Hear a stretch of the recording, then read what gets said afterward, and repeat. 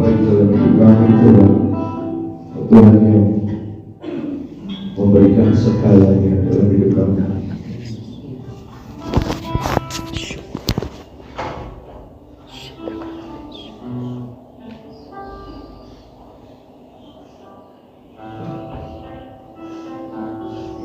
Jangan biarkan ada satupun dari kami yang tidak mengenali dan mengalami setiap kebaikan Tuhan. Tuhan sudah menyatakan kehidupan kami. Jangan biarkan kami berjalan sendiri dengan kekuatan kami, sehingga demikian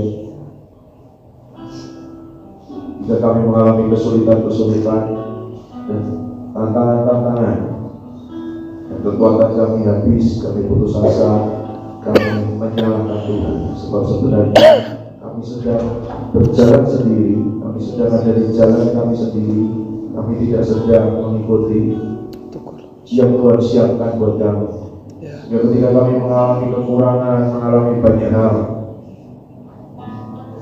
biar kami kembali disikapkan dan memandang kepada Tuhan yang sudah menyediakan. Hidup kami tidak fokus kepada masalah persoalan, tapi kepada Tuhan. Amin. Dalam kehidupan kami, biar kami dibawa masuk ke dalam jalan-jalannya Tuhan. Sebab itu sebenarnya adalah sesuatu yang mudah yang sudah Tuhan siapkan. Amin. Aku berdoa ada roh hikmat dan wahyu yang turun dalam setiap kami, sehingga kami tahu, kami kenal, bahkan kami mengalami setiap kebaikan Tuhan dalam hidup kami. Berbicara Tuhan dan kami mendengar. Sampaikan firman-Mu, sebab firman-Mu tetap teguh di surga, dan semua yang keluar dari mulut-Mu akan berhasil dan melakukan pemerintahan. Karena itu ketika ada firman-Mu dalam hidup kami, maka kami tahu keberhasilan itu menjadi bagian kami. Sebab firman-Mu sendiri yang mengerjakan bagi kami. Dalam nama Tuhan Yesus. Amin. Oke. Ini masih bisa kasih sedikit ya, biar saya nggak usah.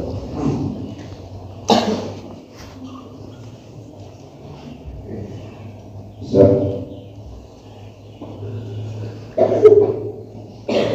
Bisa tes ya. Oke. Buka lagi Kejadian 22.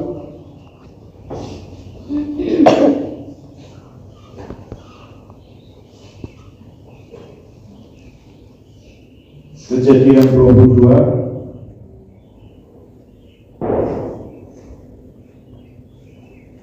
ayat 14.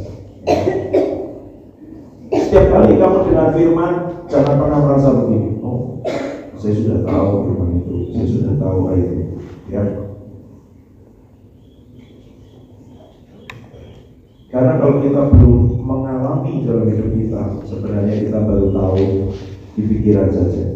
Firman itu diketahui itu sebenarnya ketika dia dialami.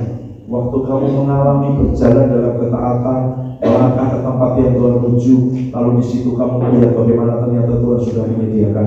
Kamu sendiri baru tahu, gitu ya.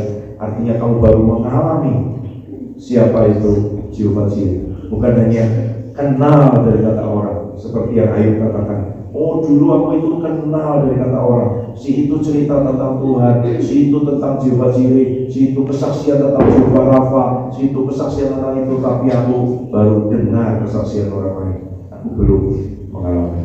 Baca sekali lagi Kejadian 22 ayat 14 dengan bersuara 23. Dan Abraham menamai tempat itu Tuhan menyediakan, sebab itu sampai sekarang dikatakan orang, di atas gunung Tuhan akan disediakan.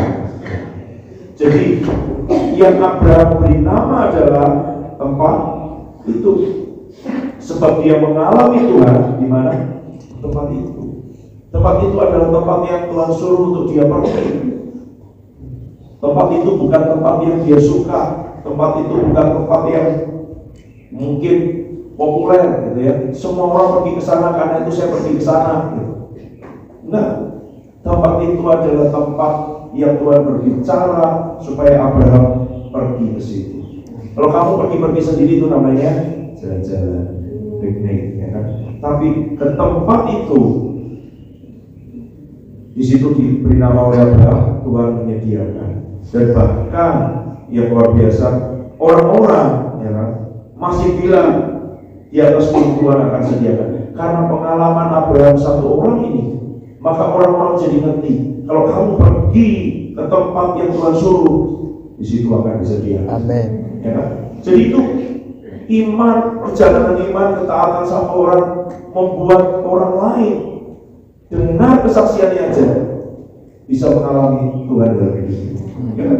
Karena orang jadi mengatakan, oh, dengan kesaksiannya Abraham pergi ke situ. Karena sebenarnya dombanya sudah ada belum sebelumnya? Sudah. Kenapa Abraham tidak bisa melihat? Karena belum disingkat. Sebab itu dikatakan di atas gunung Tuhan atau di tempat itu, ya kan? Tuhan itu menunjukkan, Tuhan itu menyingkapkan, sebenarnya gitu juga. Ya kan? Di atas gunung Tuhan akan bisa dilihat. Apa yang bisa dilihat? Apa yang Tuhan sudah sediakan. Jadi sebenarnya Tuhan itu sudah menyediakan. Tapi kalau kamu tidak melangkah, pergi ke tempat yang Tuhan suruh, ya kamu tidak akan mendapat. Gitu. Jadi sebenarnya gimana hidup kita? Banyak orang berpikir begini, karena belum kenal Tuhan, dia pikir kalau dia ikut jalannya Tuhan, kalau dia nurut dengan Tuhan, kalau dia kemudian menyerahkan hidupnya kepada Tuhan, Tuhan itu kayak orang tua yang gini, anaknya bilang, oke, Papa, jadi tolong aturkan aja, saya mau sekolah di mana, saya mau itu apa, kegiatanku, aku perlu les apa. Kita masih berpikir kalau kita menyerahkan hidup kita ke Tuhan, lalu Tuhan akan mempersulit hidup kita. Wah, anakku sudah menyerah, oke, aku bikin dia ikut les ekstrakurikuler, ya kan, ikut bela diri, ikut masak, ikut menari, ikut semua sampai dia tidak punya waktu, sampai dia kecapean, sampai dia kemudian kelelahan, supaya dia tidak ada. Masa kita berpikir seperti itu?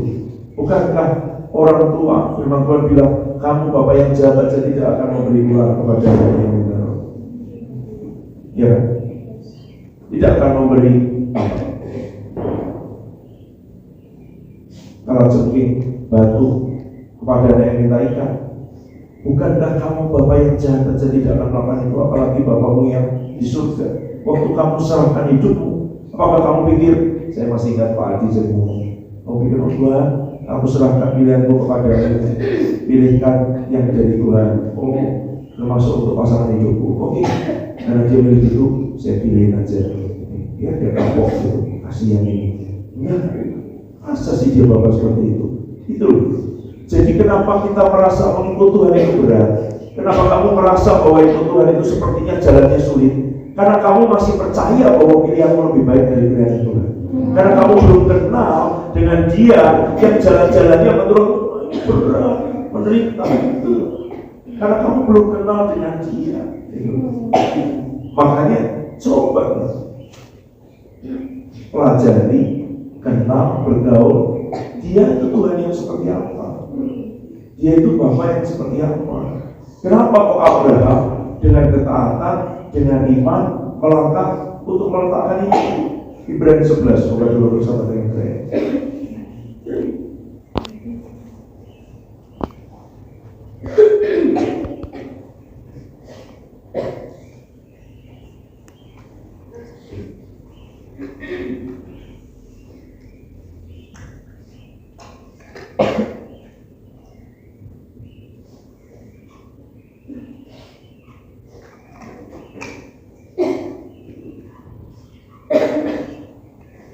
Ibrani 11 ayat 8, ya baca dulu bersama. Ibrani 11 ayat 8, 2, 3. Karena iman Abraham ketika ia dipanggil untuk berangkat ke negeri yang akan diterimanya menjadi milik pusakanya, lalu ia berangkat dengan tidak mengetahui tempat yang ia tuju. 9. Karena iman ia diam di tanah yang dijanjikan itu, seolah-olah suatu tanah asing, dan di situ ia tinggal di kemah dengan Ishak dan Yakub yang turut menjadi awal janji yang satu itu. Lanjut. Ayat 11, 2, 3. Karena iman ia juga bersama beroleh kekuatan untuk menurunkan anak cucu, walaupun usianya sudah lewat, karena ia menganggap dia yang memberikan janji itu setia. Ayat 12. Itulah sebabnya maka dari satu orang malah orang yang telah mati muncul, terpancar keturunan besar seperti bintang di langit dan seperti pasir di tepi laut yang tidak terhitung banyaknya. 13. Dan mereka semua itu aman sebagai orang-orang yang tidak memperoleh apa yang terjadi itu, tetapi yang hanya jauh melihatnya dan melabai-labai kepadanya, dan yang mengakui bahwa mereka adalah orang asing dan pendatang di bumi ini.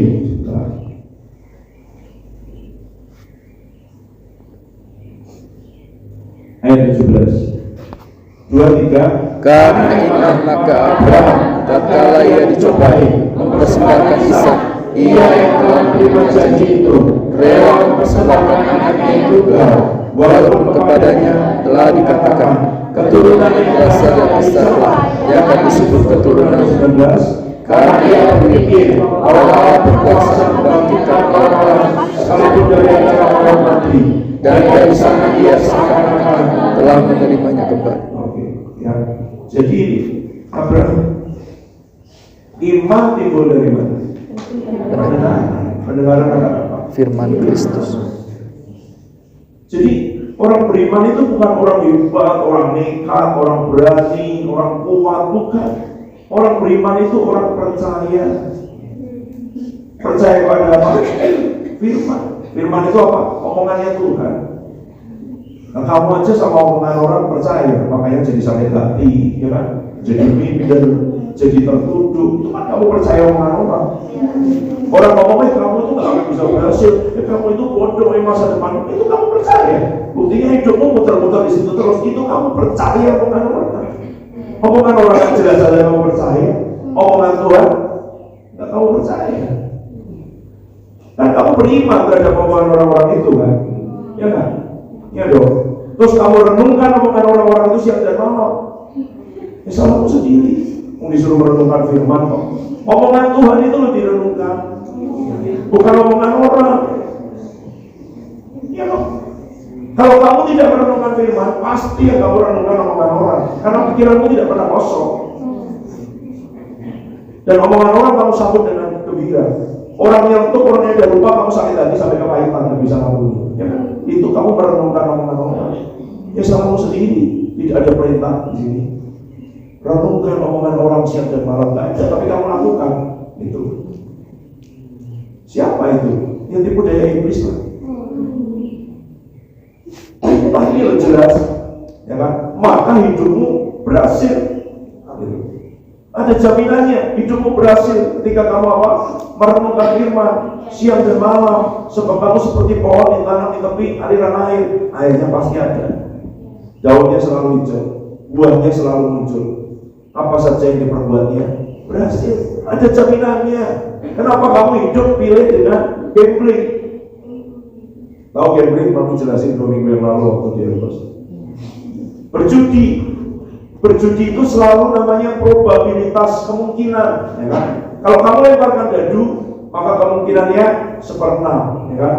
Bisa muncul angka 1, 2, 3, 4, 5, 6. Tidak bisa memastikan kecuali kamu curang, ya kan? Kamu simpan berat di salah satu sisi. Jika kamu lemparkan kartu, apakah dia terbuka tertutup? Mata uang, apakah muncul gambar apa? Ya dia ada kemungkinannya. Kalau kartu atau uang berarti kemungkinannya berapa? 50%. 50% adalah di sini, 50% yang ini.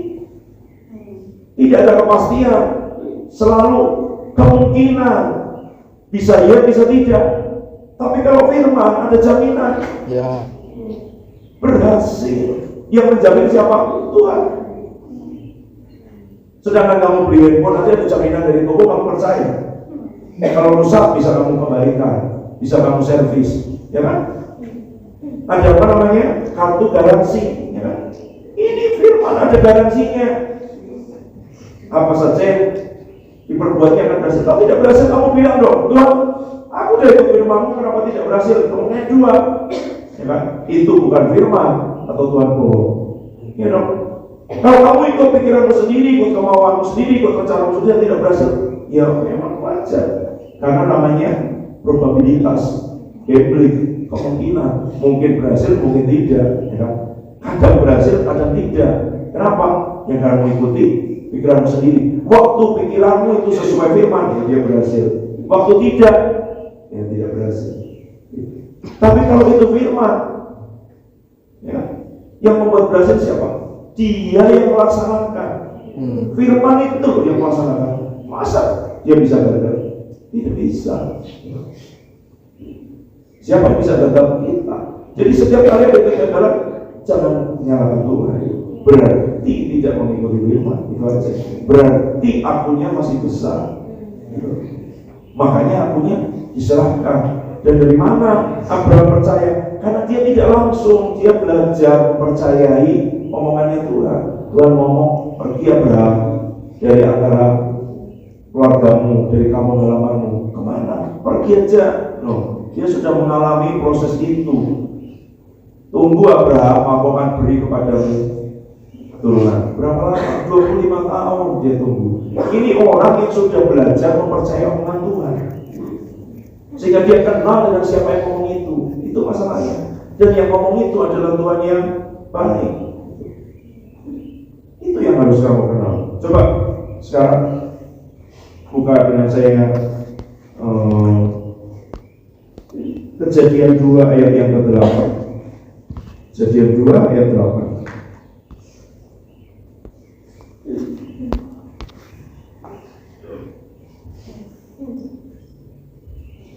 Kejadian 2 ayat 8. Yuk baca bersama.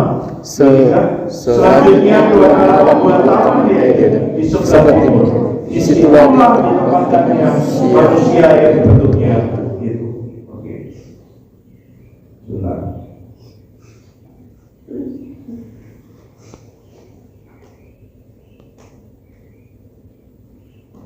Yuk baca ayat 9 dan 10. 2, 3. Lalu Tuhan Allah menumbuhkan berbagai pohon di bumi yang menarik dan yang baik untuk dimakan buahnya, dan pohon kehidupan di tengah-tengah taman itu, serta pohon bertawar tentang yang baik dan yang jahat.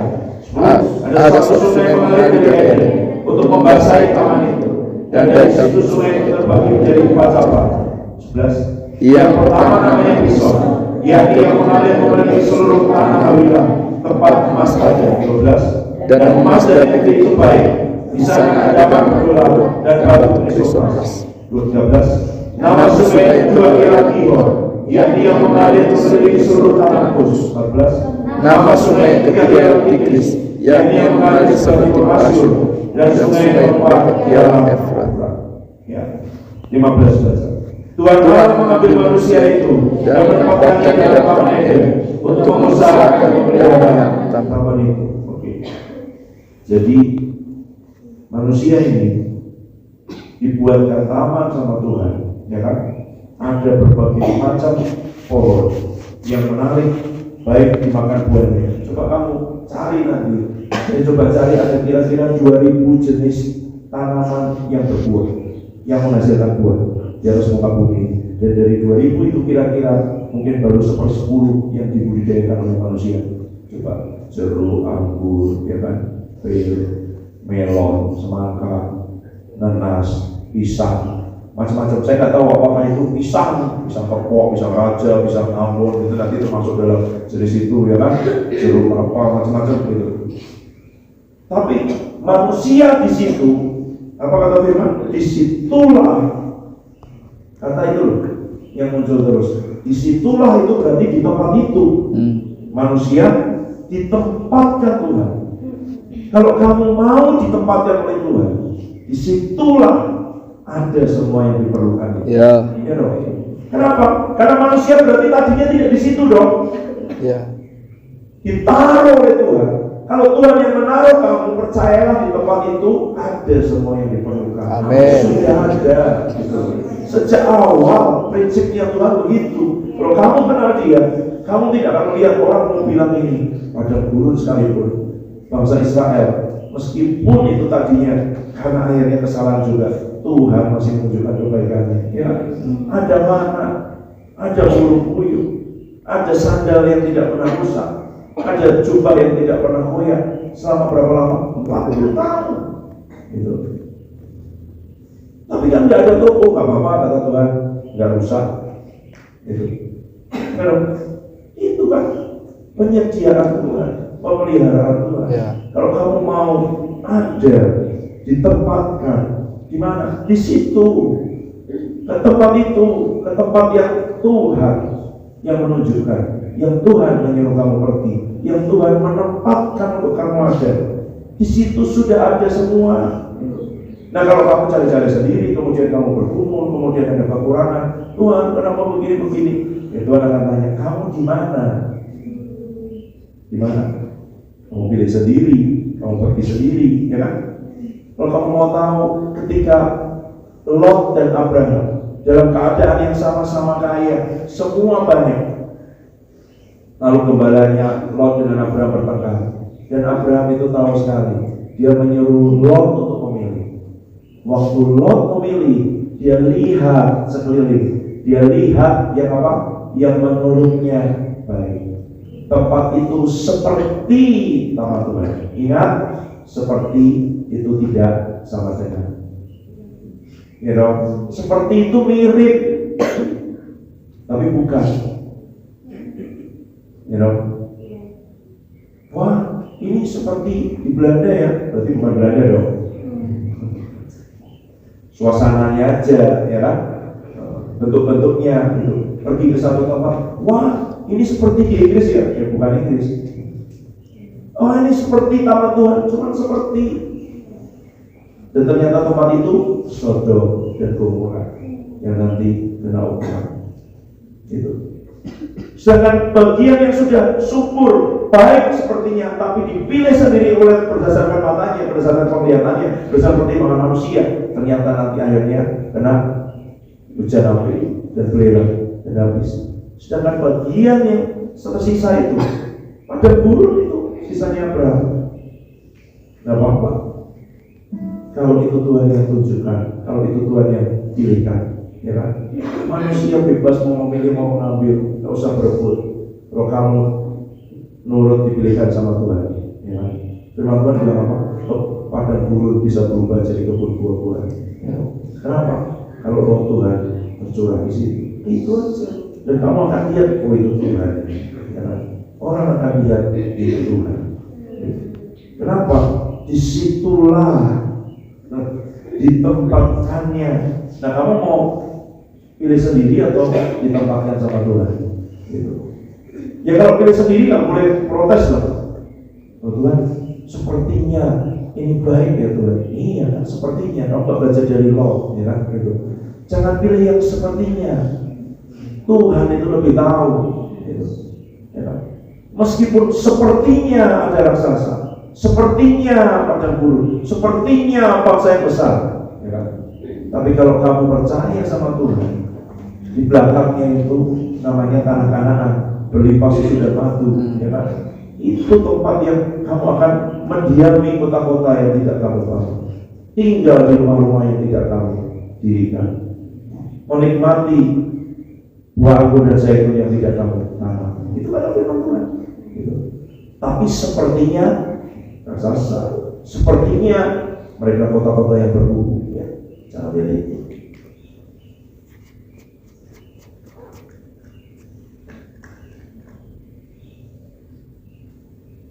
Kejadian 3 ayat 23.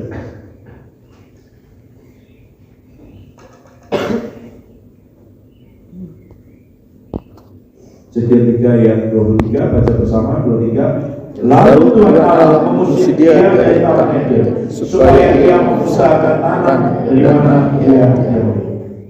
Jadi waktu memilih pilihannya sendiri, ya dia harus keluar, harus pindah dari situ, dan tahu bedanya taman Eden dengan tanah dari mana ia diambil.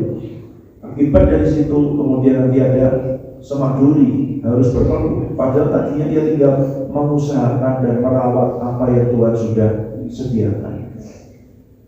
Kalau kamu nurut dengan Tuhan, bukannya tidak ada pekerjaan yang dilakukan, bukannya tidak ada, bukannya tidak ada, tapi di situ ada jaminan Tuhan, ya. Di situ ada penyediaan Tuhan. Ya. Tapi kalau tidak, kamu harus menghadapi onak dan semak duri. Kamu harus berpeluh, itu artinya pakai kekuatanmu sendiri.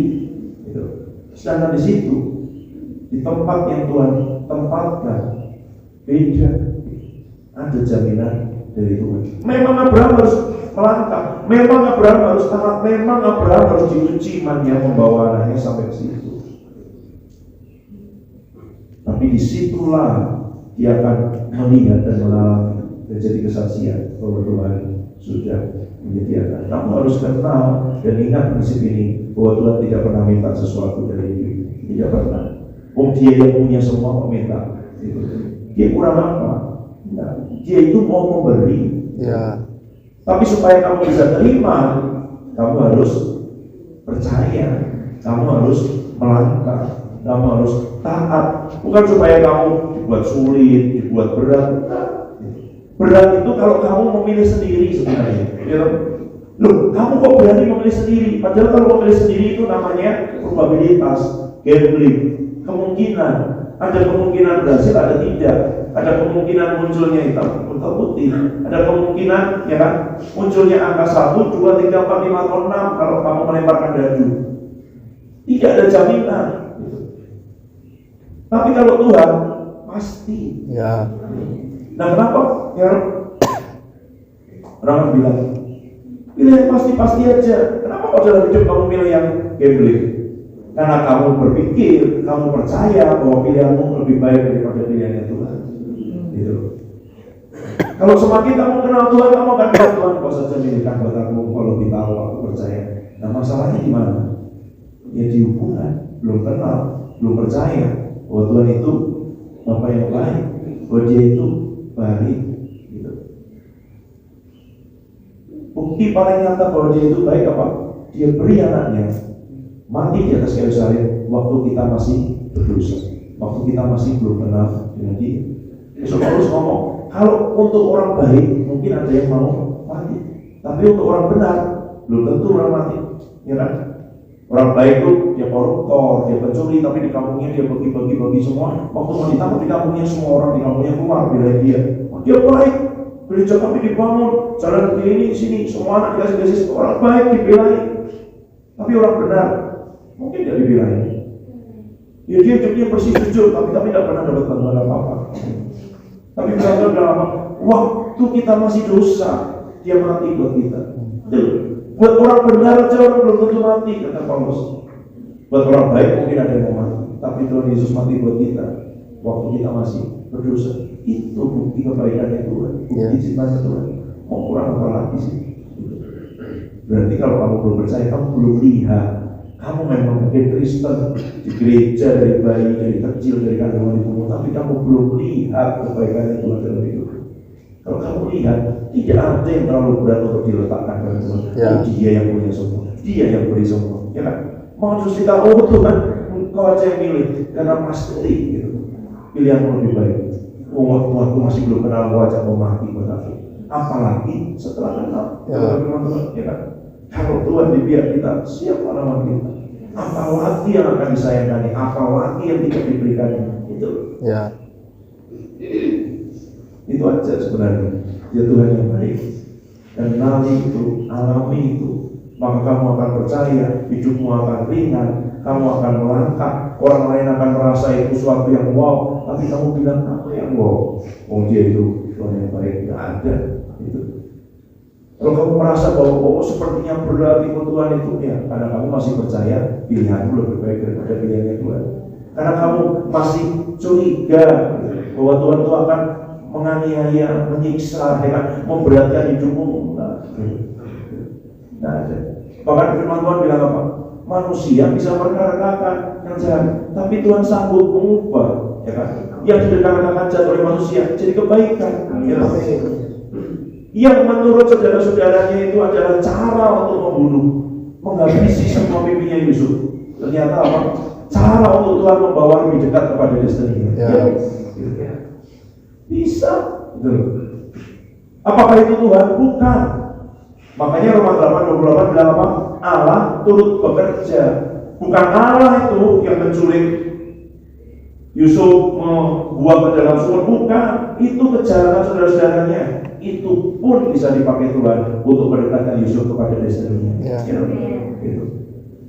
Dan dia masih muda, belum kenal, nggak ada Alkitab waktu itu, nggak ada YouTube itu nggak bisa dengerin khotbah, nggak bisa dengerin firman, nggak ada. Dapat mimpi, Tuhan berbicara kan, itu kan. Bagaimana kalau mulutnya berbicara, tangannya mengerjakan? Bisa dikerjakan pakai tangan saudara-saudaranya yang kiri, bisa. Bisa dikerjakan pakai tangan Potifar, bisa. Bisa dikerjakan pakai tangan istri Potifar, bisa. Kalau tidak difitnah, tidak masuk ke dalam penjara di bawah tanah. Tidak ketemu dengan juru minuman dan juru roti, ya kan? Tidak menafsirkan mimpi mereka. Dan 2 tahun kemudian tidak dipromosikan kenal dengan Firaun. Apapun bisa Tuhan pakai. Ya. Pegang aja firman-Nya. Kalau belum, minta, cari, berbicara Tuhan di hidupku. Tadi pernah ngomong dengan saya, maka jangan diingatkan. Tuhan itu namanya firman, ya.